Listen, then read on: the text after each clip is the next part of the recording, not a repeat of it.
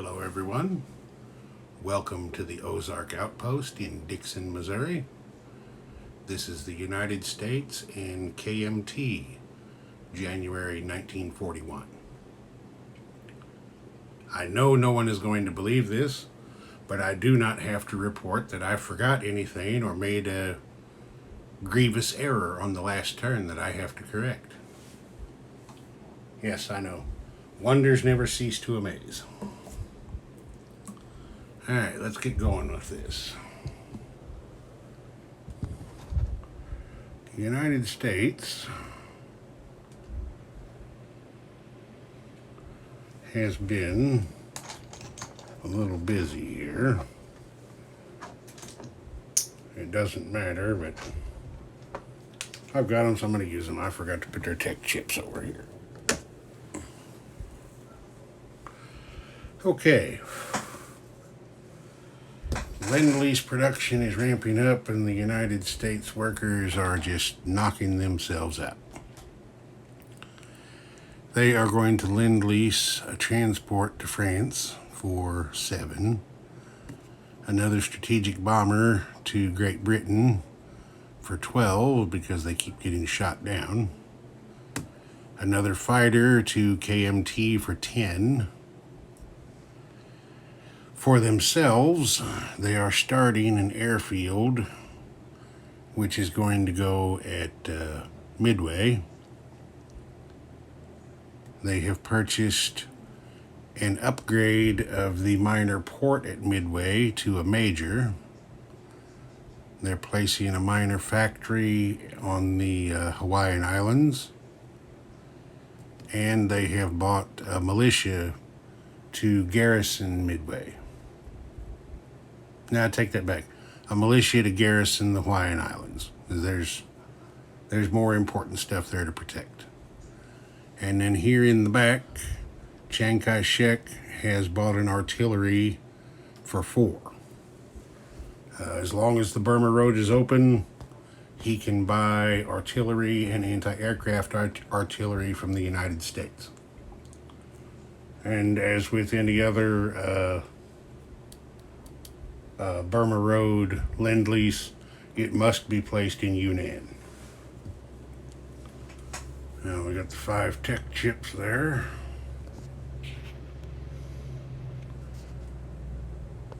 There we are.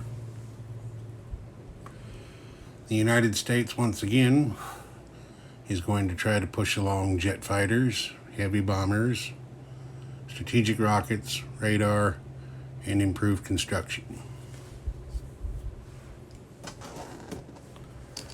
Let's get over here.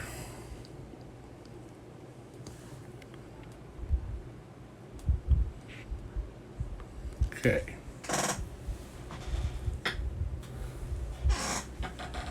Jet fighters needs an 8. Missed with a 5.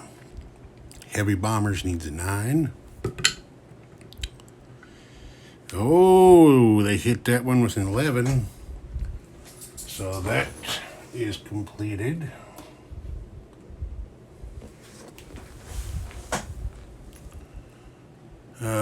Strategic rockets needs a 9. Missed with a 4. Radar needs a 7. Cock die. Missed with a 4. And improved construction needs a 7. Missed with a 3. I think Mr. Hoover is going to have to send guys back to the Interior Department. Those Nazis and communists have infiltrated into the dice rolling agency again. Okay, let's come over here. The United States.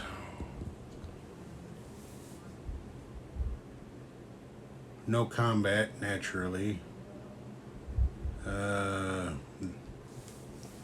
China isn't gonna have, well, are they? Are they? No, China's not gonna have any combat either. No.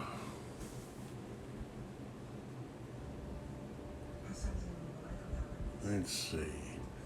The United States is going to make one non-combat move over here in the east,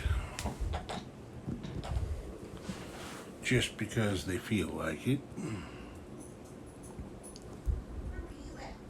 They're going to move this seaplane from Texas here.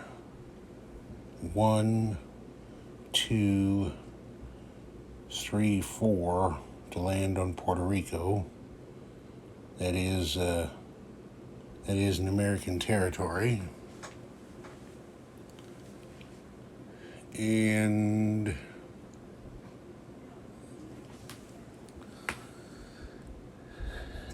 oh, excuse me. Just for the hell of it, they're going to take the 2 strategic bombers they built at Chicago, and they're going to move them up here to New England.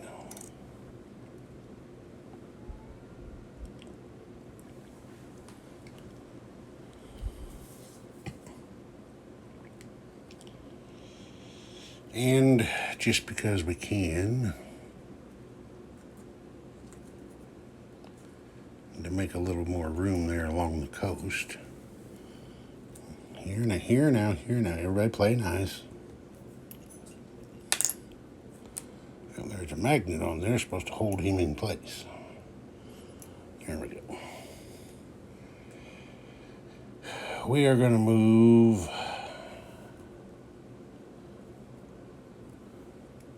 this little task force out there into the Atlantic. We're going to leave the transport there. Yeah. I'll put a coastal sub down here.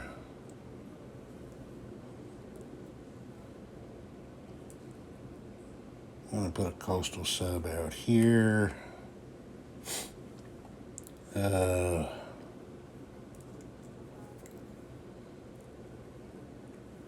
I'm just tired of seeing all that stuff sitting there right up against the coast, so I'm just going to spread it out a little bit. Put battleships there.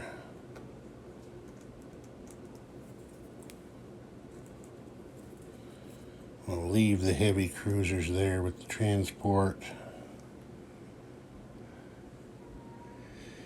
And we'll bring this light tank over here to the Carolinas.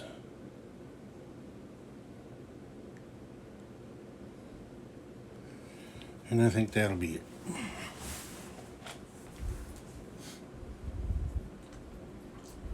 Yeah, you know, they just kind of shuffling things around a little bit.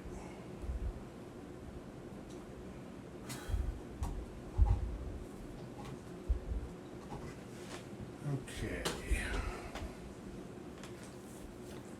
So,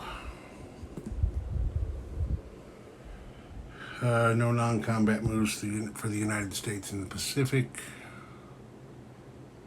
For KMT,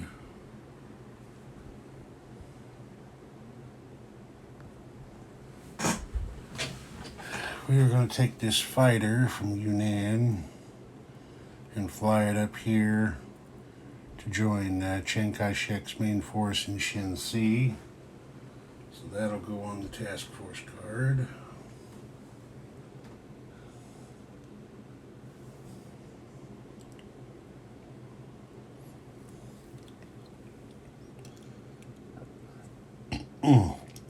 Excuse me.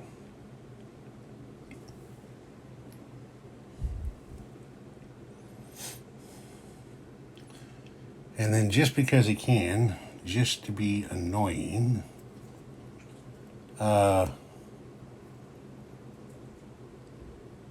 these 2 guys down here are going to make an unopposed combat into Annan Tonkin, no, Hanoi. They're going to take an IPP away from the Japanese.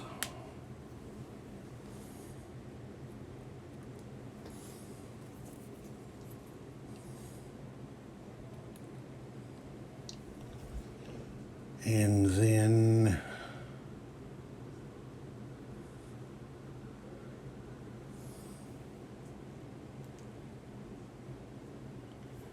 these 2 infantry. So that was actually a combat move, sorry.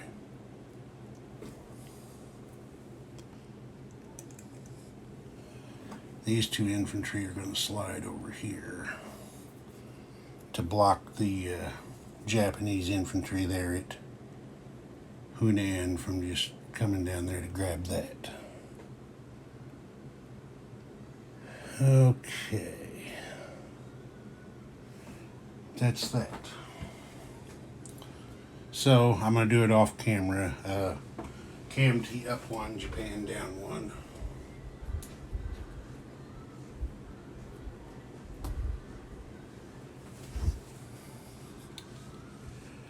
All right, now we place units.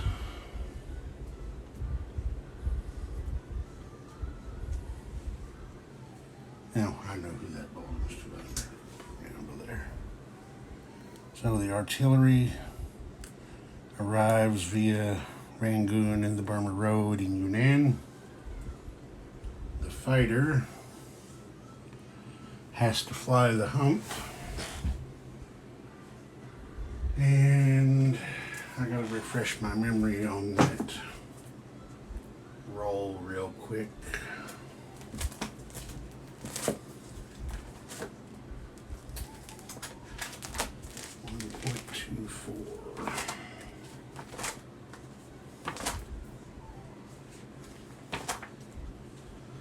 Himalayan air hump.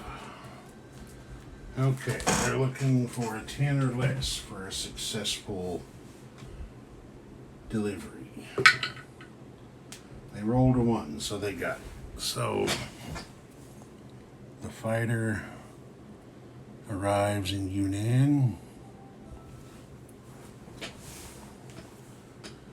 And then we shift over here to the Pacific. And the United States. Okay.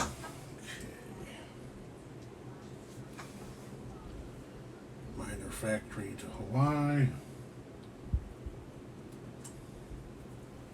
Militia to Hawaii. Upgrade the minor port at Midway to a major.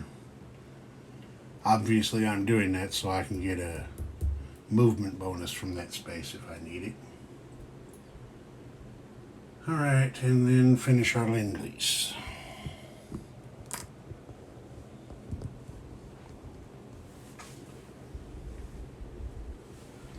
The transport was built at a major shipyard in the Carolinas, and Germany does not have anything along the path. Well, they can't interdict anyway because they're not at war with the United States.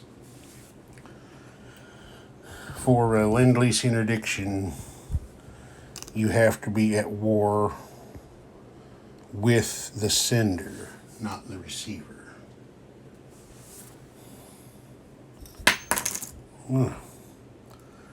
Crash.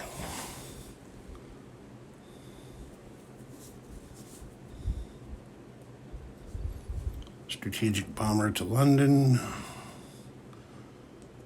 Fix this stuff real quick. I don't have roundels under them because I don't have any, but well, you can't see me moving them anyway. I knocked the Swedish Navy all out of position. And now I have knocked the Swedish Army all down. But we'll get her figured out here.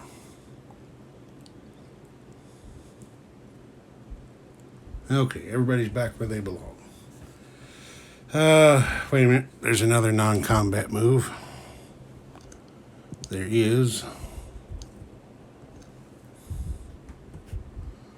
Back out just a hair.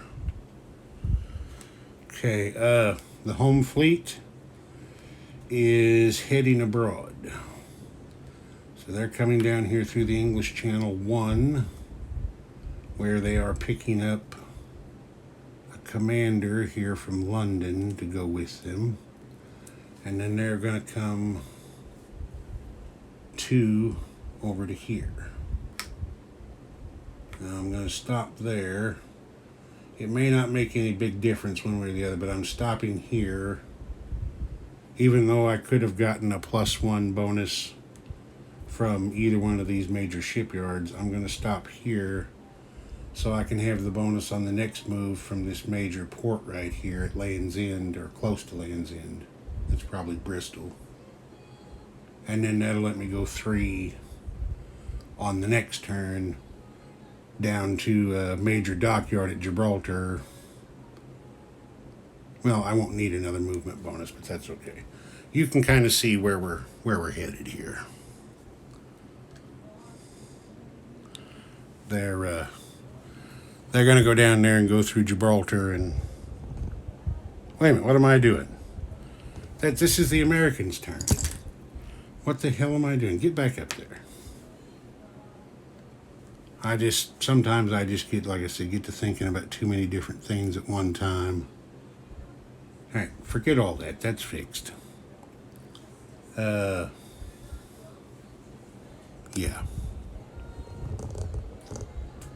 Okay.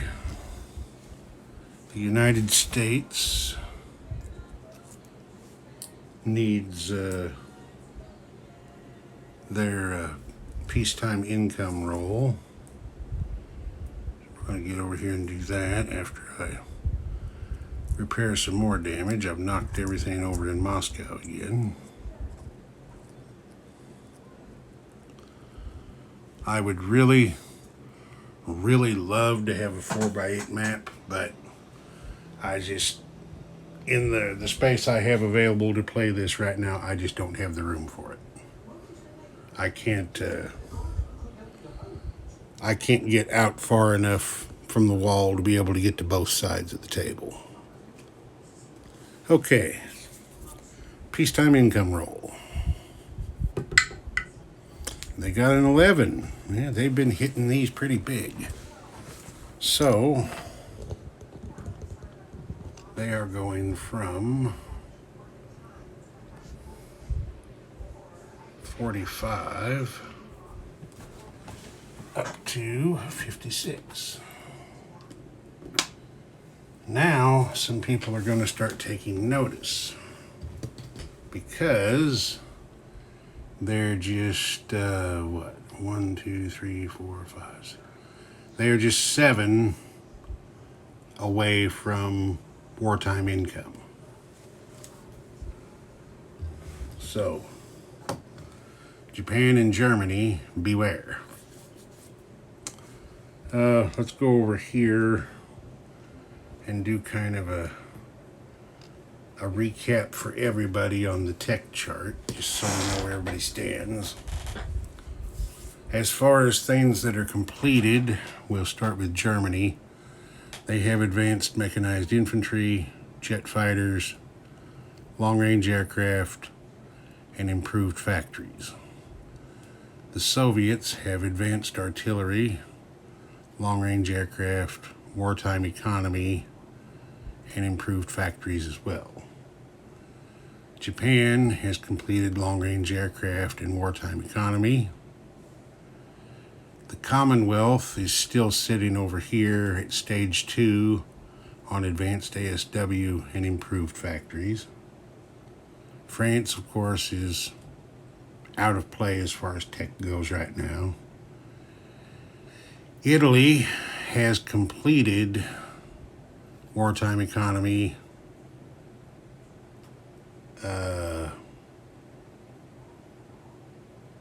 which I spoke too soon. I did forget something. I didn't give Italy their wartime economy roll. No, I did not. All right, we're going to do that in just a minute. And then, of course, Italy's got improved factories at stage 2 and improved construction just sitting over here. You can see the Soviets have the most roundels on this chart by far. 1, 2, 3, 4, 5, 6, 7. They've got 8 going. 4, 5, 6. The United States, well, not by far. The United States has 7 roundels on the board. Germany, 1, 2, 3, 4, 5. Germany's got 6 on the board. But the Soviets and the Germans are tied at 4 technologies completed each. The United States is in second place with 3. Japan with 2, and Italy bringing up the rear with 1. All right, so we're not going to cheat Mussolini. We're going to get him his wartime economy roll here right now. By the end of this game, I hope I can get the basics down well enough that I can get through one whole calendar turn without forgetting anything or making any huge mistakes. So let's see. That wartime economy roll is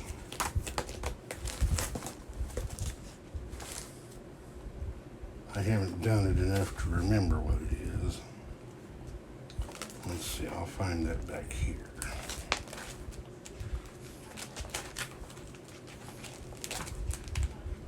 They're not in the right section. Wartime economy, 2d6.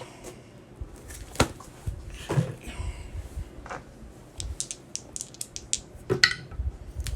And he rolled a 3. I believe that's a Little Joe. Isn't it? Isn't 3 a Little Joe on the craps table? So, 3 more for him. That brings him up to 16 for his next turn. Okay. Now I think we've got her all under control. The United States is going to have 56 to spend on its next turn. I believe that's correct.